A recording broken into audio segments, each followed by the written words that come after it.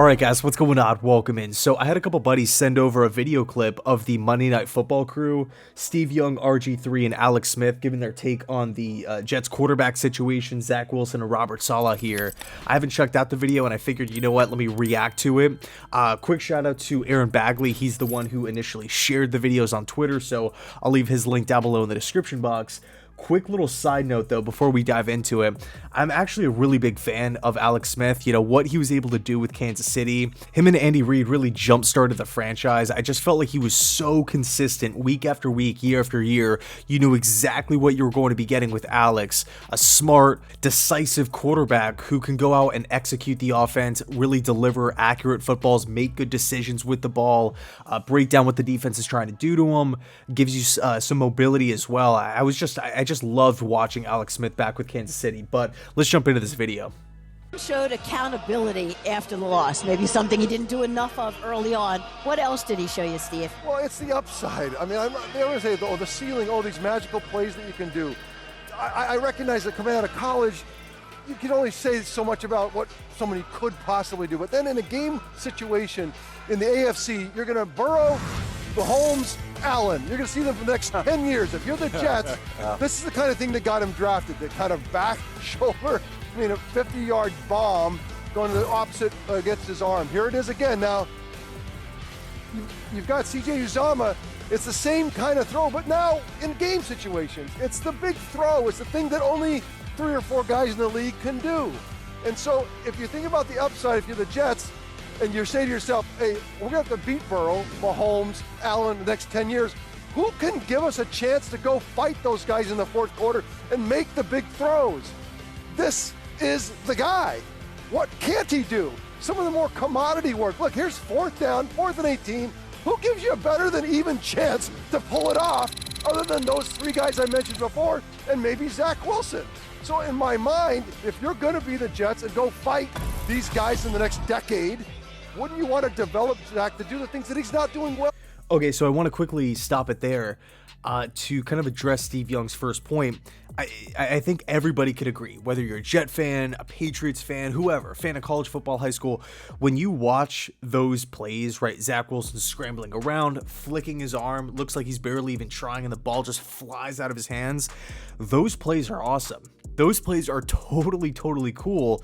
It is like Mahomes. It is like Josh Allen. It is like Aaron Rodgers. Like these plays are insane. They're absolutely insane. And of course, it's beneficial to have a guy like that on the roster to say, hey, you know what? On a 4th and 18, when the game is on the line, I can give you that type of play. I can give you that type of magic from the quarterback position. I have the mobility to scramble outside. I have the arm strength. I have that hero mentality, which we've talked about a lot, even going back to BYU.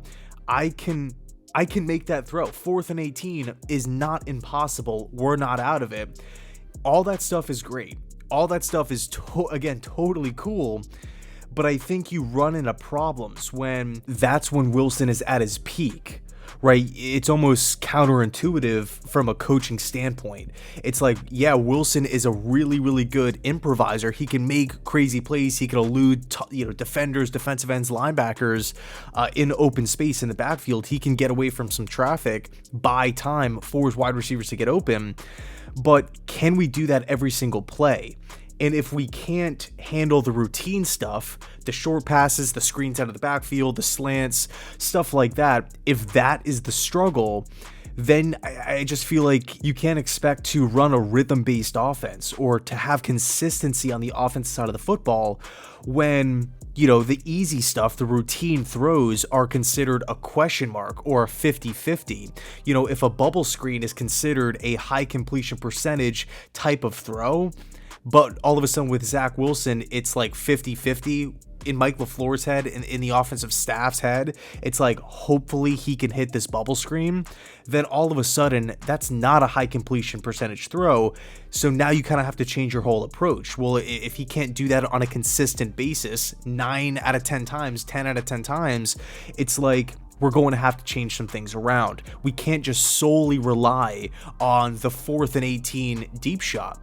Again, if you're constantly overthrowing guys, putting the ball in harm's way, throwing a lot of incompletions, you're going to be in a lot of 4th and 18s. And most of the time, let's just be objective here, you're going to be punting. You're not going to be in that do or die situation.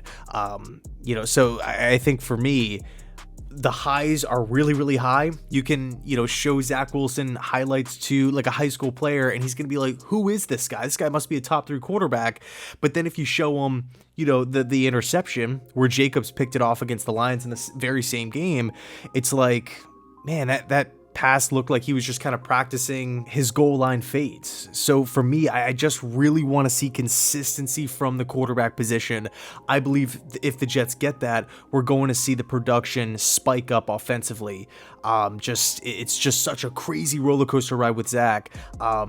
Funny enough, coincidentally, I think Alex Smith is probably a good guy to watch, a good guy to talk to when you're really looking for the answer to the consistency question. Let's move on.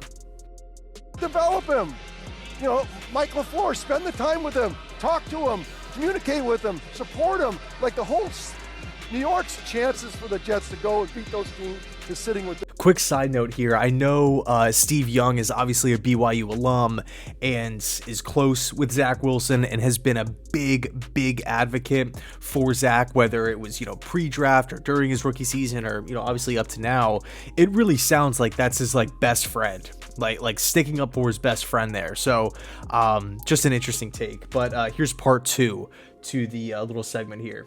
To me, that's the kind of the entire point. Zach Wilson was always a high ceiling, a bit of a project in the sense that he came out early, he was incredibly young. And for me, as much as we want to compliment Coach Saleh and what he's done with this team and kind of the quick turnaround in 2 years, he deserves just as much criticism for what he's done in this quarterback room. The QB musical chairs weekly, like, you're the starter this week, you're the backup, you're not dressing. No, you start this week, you're not dressing. Like, the lack of consistency, the lack of a plan that has been in place to develop Zach Wilson, and then to hear him say that the draft doesn't matter, like, to me, that's spoken like somebody that hasn't been drafted number 2 overall. There's a reality to be drafted to the New York market. Like, this is a fan base and organization that is incredibly unique. And to be the number 2 overall pick and the expectations that come with that, to turn around an organization and then to just not have a plan to support this kid to go do that. Yeah. Like, to just roll the dice and like, hey, fingers crossed, we don't turn out good. They're struggling, go sit down. Yeah. Right? So what you're saying is that he's mismanaged that quarterback room. But that's not the only thing that he's mismanaged. If we're keeping receipts like they like to talk about, well, their end of game clock management was absolutely atrocious. Okay, so I think for me, there is some grains of truth to what Alex is talking about, because there's things that, me personally, I kind of disagree with early in the process, with Zach Wilson initially coming to the Jets, him being drafted 2nd overall. I see what Alex is talking about 100%. And again, I do agree with some. Actually, let's talk about that first. I don't agree with it all. But when Alex is talking about having a plan to develop Zach Wilson, I think early on in the process, the Jets could have done a better job of maybe, just from an optic perspective. If you are starting a season with a rookie head coach, a guy who's never done this before, a rookie offensive coordinator, a first-time play caller, somebody who's installing an offense for the first time, somebody who's developing a rookie quarterback for the first time, you already make the decision that you're going to start Zach Wilson as a rookie. You don't have that veteran option as a backup, so you don't have that soundboard for Zach in the meeting rooms, in practice. It wasn't until later on in the season where the team went out and acquired Joe Flacco, but throughout training camp, throughout preseason, going into the season, it was Mike White at the time, 0 NFL experience, James Morgan, 0 NFL experience. Okay, now you lump on top of that all of the injuries that the Jets sustained. Yeah, there's probably going to be a bigger learning curve than some of the other young quarterbacks in football. It's not like Mike LaFleur and Robert Saleh had all the answers to the test. They have to learn and grow, as time goes on as well. It's not just solely on Zach. So I do agree with Alex Smith when he says that, hey, you know what, maybe the Jets could have had a better plan to develop Zach Wilson. I'm kind of more so talking about the beginning of the Wilson era in New York. I do think the Jets could have maybe done a bit of a better job initially, but here's where I would maybe push back a little bit. I look at this 2022 Jets team now, it is good. It is a very good football team. The defense, the weapons, right? Joe Douglas drafted Garrett Wilson he's a top 10 pick. Elijah Moore, second round pick. Denzel Mims, second round pick. Michael Carter, mid round pick. Big impactful player, not only just his rookie season, but this year as well. Obviously, there's a lot of depth at the running back position, and Mike LaFleur does like to cycle in guys, but he has 2 veteran options at the tight end position in Conklin and Uzama. Both guys coming off career seasons with their respective teams. Both guys have won a lot of football games. I mean, the Bengals were in the Super Bowl last season, okay? So there are offensive weapons there.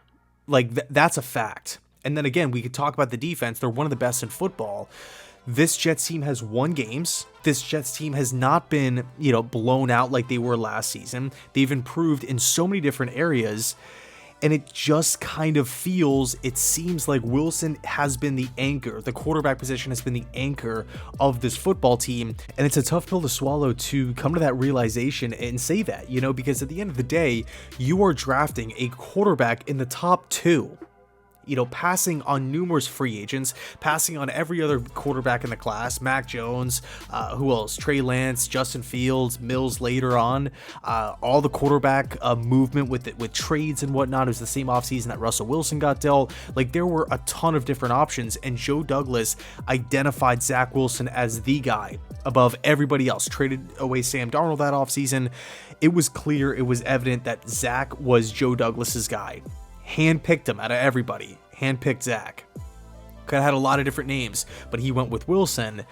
You draft a guy in the top 2 to carry the football team, to say, hey, you know what? I'm taking this football team, I'm putting it on my back. Maybe not immediately, right? Of course, he's a rookie. There is that learning curve, and not everybody is, Justin Herbert, where you just enter the league and you just take it by storm. I get that completely. I'm not saying he has to be Justin Herbert. I'm not saying he has to be top 5, top 10. But I think the thing that's really frustrating for Jets fans is understanding that it is year 2. It's not just year 2 in the NFL. It's year 2 in the same exact offensive system. There is offensive weapons. The team has been upgraded in the offseason. The defense is top notch. It seems like the team is growing, but it doesn't really feel like Zach is growing. And again, when we're starting to reference the easy stuff, the screens, the slants, the short passes, the whole, the rhythmic part of the offense, if that's the struggle, if the mechanics are a struggle, if the mechanics are breaking down, it's a tough pill to swallow to say, man, this is, we drafted this player with the 2nd overall pick, when we have Trevor Lawrence doing what he's doing, and Justin Fields is doing what he's doing, and Brock Purdy is doing what he's doing as the last pick of the draft in this year's class, not 2 years ago when Wilson came out, this year's class. So I think it's just a tough situation. Am I saying Zach Wilson is done and is horrible and is going to be out of the league? Not at all. I'm not even saying that the Jets should, get rid of him or trade him or anything. I want Zach on the roster next season. I just want there to be some sort of competition on the roster. I think, it's obvious Zach Wilson has physical traits. He has a lot of gifts, as Steve Young pointed out. That's a fact. The arm strength, the mobility, the playmaking stuff. But it's like, yeah, we can't go into a game where the expectation is getting Wilson outside of the pocket and just watching him fling the football down the field. Of course, it doesn't have to be every single play, and there's other aspects and different concepts that you can kind of build off of a deep passing attack. And look, maybe that's what Mike LaFleur needs to implement at the end of the day. But I think it's a tough sell to build the entire offense around explosive play after explosive play after explosive play. That's just me, though. I'm not saying I'm right or wrong or anything like that. I would love to hear your thoughts down below in the comments section on the whole Steve Young, Alex Smith thing. And yeah, thanks so much for watching. I appreciate it. And as always, go Jets.